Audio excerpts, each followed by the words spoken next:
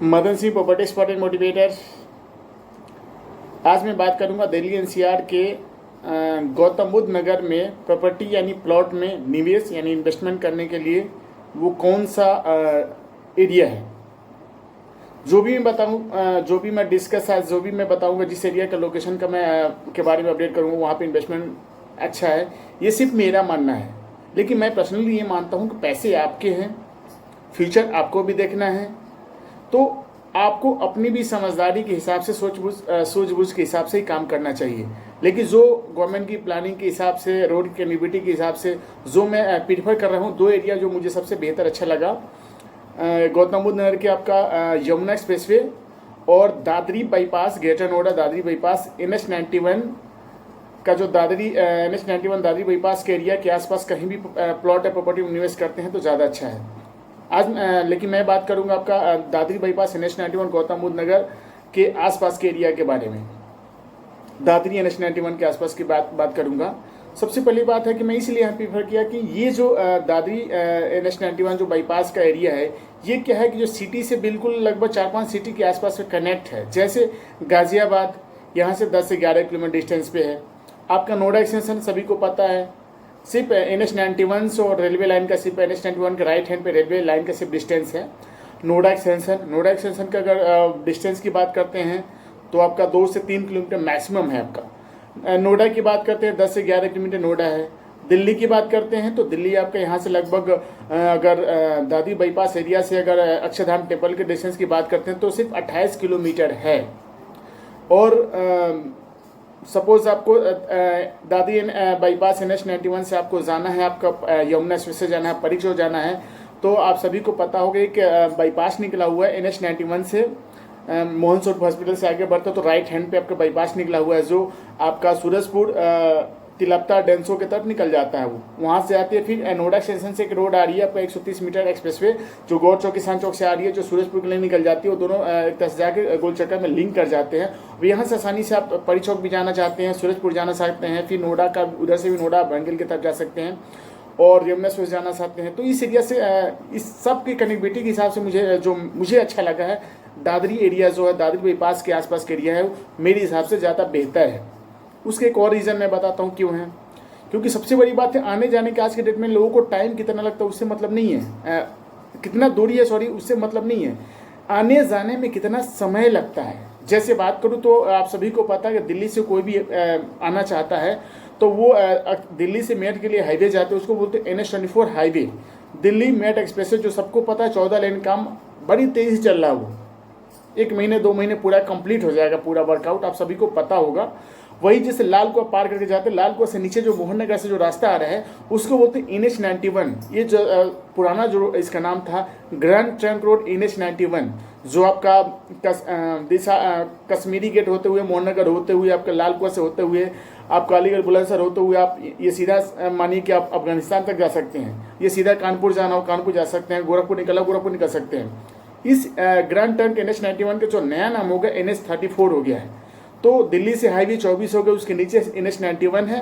तो दादरी बाईपास के एरिया में जो दादरी बाईपास के लेफ्ट साइड का जो एरिया है वहाँ से एक हाईवे जा रही है, उसका नाम है ईस्टर्न पेफेल एक्सप्रेसवे। सभी को पता होगा कुंडली मनीषा पलवल में जाकर लिंक कर जाती है। बाहर से जो रिंग रोड है, आप कहीं से भी हरियाणा से आते हैं, पलवल से आते हैं, मथुरा आना जाना चाहते हैं, आसानी से आ सकते हैं, जा सकते हैं।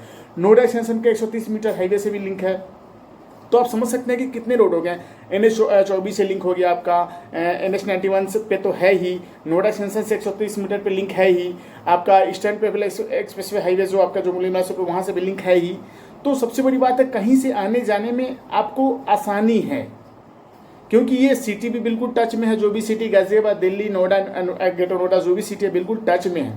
और सबसे बड़ी बात है कि दादरी का प्लान भी आप सभी को पता होगा। जो दादरी रेलवे स्टेशन जो दादरी बाईपास से डिस्टेंस की बात करते हैं वहाँ 4 से 5 किलोमीटर पे है। और आप सभी को पता हो दादरी से बगल में एक आपका एक छोटा सा स्टेशन आता है बोराकी, जो अंतर्राष्ट्रीय लेवल का सबसे बड़ा रेलवे स्टेशन बनने की प्लान है उसका जो होगा। तो आप सभी को पता वहाँ पर DMIC है, दिल्ली मुंबई इंडस्ट्रियल कॉरिडोर। इससे बनने से बेनिफिट क्या है कि पूरा करीब 4-5 ऐसे स्टेट है जो एक दूसरे कनेक्टिविटी बन जाएगी, जो कमर्शियल बिजनेस एक्टिविटी के हिसाब से बहुत ही बेहतरीन हो जाएगा। आने जाने के लिए, माल ढुलाई के लिए सब तरह से बेहतर हो जाएगा कनेक्टिविटी के हिसाब से। उसके बाद दादरी के आसपास के एरिया आप सभी को पता होगा फ्राइट कॉरिडोर है। फ्राइट कॉरिडोर क्या है, एक जैसे कि माल ढुलाई के लिए स्पेशल मतलब एक रेलवे लाइन जो बनेगी, जो सारे स्टेट मध्य प्रदेश, मुंबई, गुजरात सबको लिंक करेगी उस रेलवे ट्रैक के माध्यम से, ताकि कोई बिजनेस, कोई भी सामान आसानी से जो भी आना जाना हो जाए। तो ये भी एक प्लान हो गया।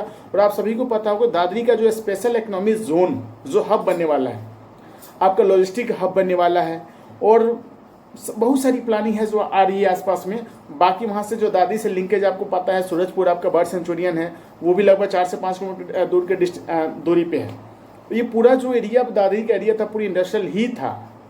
तो सबसे बड़ी बात है, कहीं भी जिस एरिया कोई भी एरिया डेवलप होता है, सबसे बड़ी बात होती है कनेक्टिविटी, आने जाने के लिए साधन कितनी अच्छी है। आपको पता है दादरी बगल में है, यहाँ से दादरी रेलवे स्टेशन 4 से 5 किलोमीटर हो गया। आपका जो बाईपास से अगर गाजियाबाद रेलवे स्टेशन की बात करते हैं तो यहाँ से 14 किलोमीटर है। माहिदपुर रेलवे स्टेशन भी आपके आसपास में ही, वो लगभग 4 से 5 किलोमीटर डिस्टेंस पे है। यहाँ से मेट्रो की कनेक्टिविटी, और सबसे बड़ी बात है कि आने वाले टाइम में जो दादरी से लेके आपका जो जेवर एयरपोर्ट है, आपका स्पेशल जो स्पेशल जो आपका मेट्रो है वो बनेगी। आपका हाई स्पीड ट्रेन से कनेक्टिविटी बन जाएगी, जो आसानी से दादरी से लेके आप जेवर एयरपोर्ट पे आ सकते जा सकते हैं। तो ये सब सारी चीज़ों के कारण से मुझे लगा कि नहीं, आपका दादरी बाईपास का जो एरिया है, मेरे हिसाब से प्लॉट में, फ्रीहोल्ड प्लॉट में इन्वेस्टमेंट के लिए बेहतर विकल्प है। ये मेरा ही मानना है। बाकी आप अपने हिसाब से गवर्नमेंट की प्लानिंग आप ऑनलाइन जाके गूगल पे जाके चेक कर सकते हैं। सबसे बड़ी बात है, अगर दादरी बाईपास के एरिया में प्रॉपर्टी आप लेते हैं तो आप इसका एक और खास करके ये भी ध्यान रखें, आप किसी का ही प्रॉपर्टी लें, उस बिल्डर के बारे में जरूर जांच पड़ताल करवाएं कि बिल्डर कैसा है, ये बिल्डर कहीं प्रॉपर्टी डिलीवर किया है नहीं किया, अगर किया है तो पूरी जो कमिटमेंट कस्टमर के साथ किया तो किया है नहीं किया है। ये आप जो भी परचेज करना चाहते हैं, जो भी निवेश करना चाहते हैं, इन्वेस्ट करना चाहते हैं, ये उनकी भी जिम्मेदारी है को जांच पड़ताल करें। साथ में इस बात का भी ध्यान रखें कि जो जहाँ भी प्लॉट जिस बिल्डर से लेना चाहते हैं, क्या वो बिल्डर उस प्रोजेक्ट को गेट बंद कॉलोनी चाहो तो उसे बाउंड्री वाल कंप्लीट करके दे रहा है, पक्की रोड दे रहा होगा, नाली दे रहा होगा, बिजली की सुविधाओं के साथ दे रहा होगा। साथ में उस प्रोजेक्ट पे अगर आप लोन भी लेना चाहते हैं तो खरीदने और बनाने के लिए मिल जाए। अब लोन होने का मतलब आपको पता सेफ हो गई। और मैं इससे पिछले वाले वीडियो में बताया था, आप जाकर चेक यूट्यूब पे सर्च कर सकते हैं कि प्रॉपर्टी लेना चाहते हो उसके पेपर क्या क्या निकलवानी चाहिए। मैं आज थोड़ा सा 2 लाइन आपको रिपीट करता हूँ। जैसे आपको प्रॉपर्टी कहीं भी लेते हैं तो आपको क्या होना चाहिए, आप सबसे पहले 4-5 चीज़ पता होना चाहिए। पहला, जो प्रॉपर्टी है कौन से ज़िले में है, तहसील कहाँ है, गांव कहाँ है, खाता नंबर, खाता संख्या क्या है, प्रॉपर्टी किसके नाम पे है, ये सब चीज़ जब पता होती है तो जाएं जहाँ पे तहसील में, जहाँ पे जिस एरिया का तहसील पड़ता है वहाँ पे जाके किसी भी वकील से जाके मिले और बताएं कि भैया मुझे सर्चिंग सर्टिफिकेट निकाल के दे दो 12 से 13 सालाना। उसके बाद सिजरा निकलवा लीजिए, खतौनी निकलवा दीजिए। ये सब चीज़ें भी अगर आपके पास हो जाता है तो इससे आपको पता कर सकते प्रॉपर्टी कैसी हैं। तो मेरा मानना है कि ये सब का भी आपको ध्यान रखना पड़ेगा कि जो भी डेवलपमेंट मिलता हो वहाँ पे ले।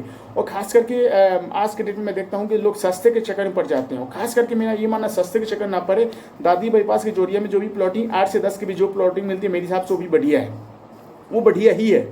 और खास करके आप ज़्यादा किस्तों के चक्कर ना पड़े, क्योंकि किस्तों वाले चक्कर में क्या होता है, कोई भी कस्टमर प्लॉट लेता है तो रजिस्ट्री तो 4 साल बाद होगी ना। 4 साल का सपोज किस्त बना दिया बिल्डर ने तो आपको पोजीशन कब मिलेगा, 4 साल बाद, रजिस्ट्री के 4 साल बाद। 4 साल बाद क्या हुआ कौन जानता है। तो मेरा मानना ये भी है कि किस्तों के चक्कर में ज़्यादा ना पड़े।